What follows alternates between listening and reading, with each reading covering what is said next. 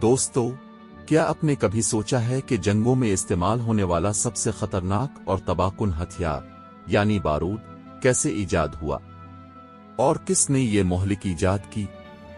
आज की वीडियो में हम बात करेंगे एक ऐसी ईजाद की जो न सिर्फ जंगों का रुख बदलने में कामयाब हुई बल्कि तारीख के धारे को भी हमेशा के लिए बदल दिया।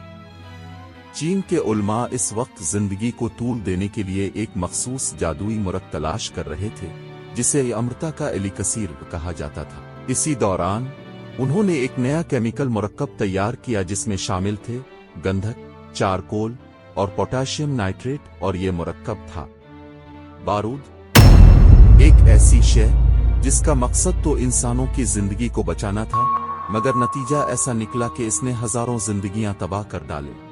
तसव्वुर करें, उस वक्त के चीनी उलमा जब इस मुरक्कब को तजुर्बा करने बैठे तो क्या हुआ होगा। जब उन्होंने पहली बार बारूद को आग के सामने रखा, एक जोरदार धमाका।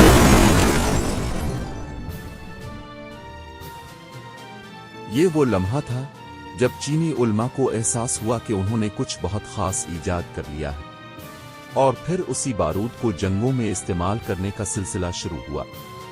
पहले इसे आतिशबाजी में इस्तेमाल किया गया ताकि जश्न मनाया जा सके, मगर जल्द ही फौजों ने इसकी ताकत को जंगी हथियारों में बदल दिया। अब आप सोच रहे होंगे कि बारूद कैसे जंगों में शामिल हुआ।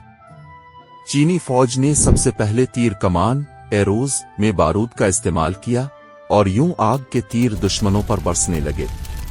इसके बाद चीनी फौज ने आहिस्ता आहिस्ता बंदूकों और तोपों में भी बारूद का इस्तेमाल शुरू किया।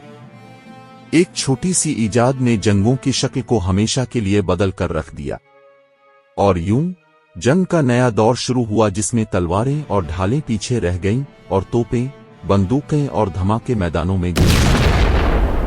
यही वो लम्हा था जब बारूद ने दुनिया की सबसे बड़ी जंगों में अपना हिस्सा डालना शुरू किया।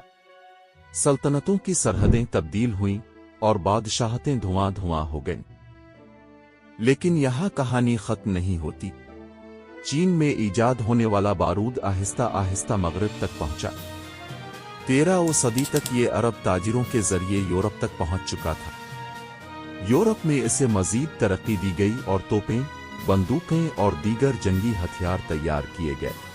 तो ये थी कहानी बारूद की ईजाद की, एक ऐसी दरियाफ्त जो शायद हादसाती तौर पर हुई, लेकिन इसने इंसानियत पर अनमित नकूश छोड़े।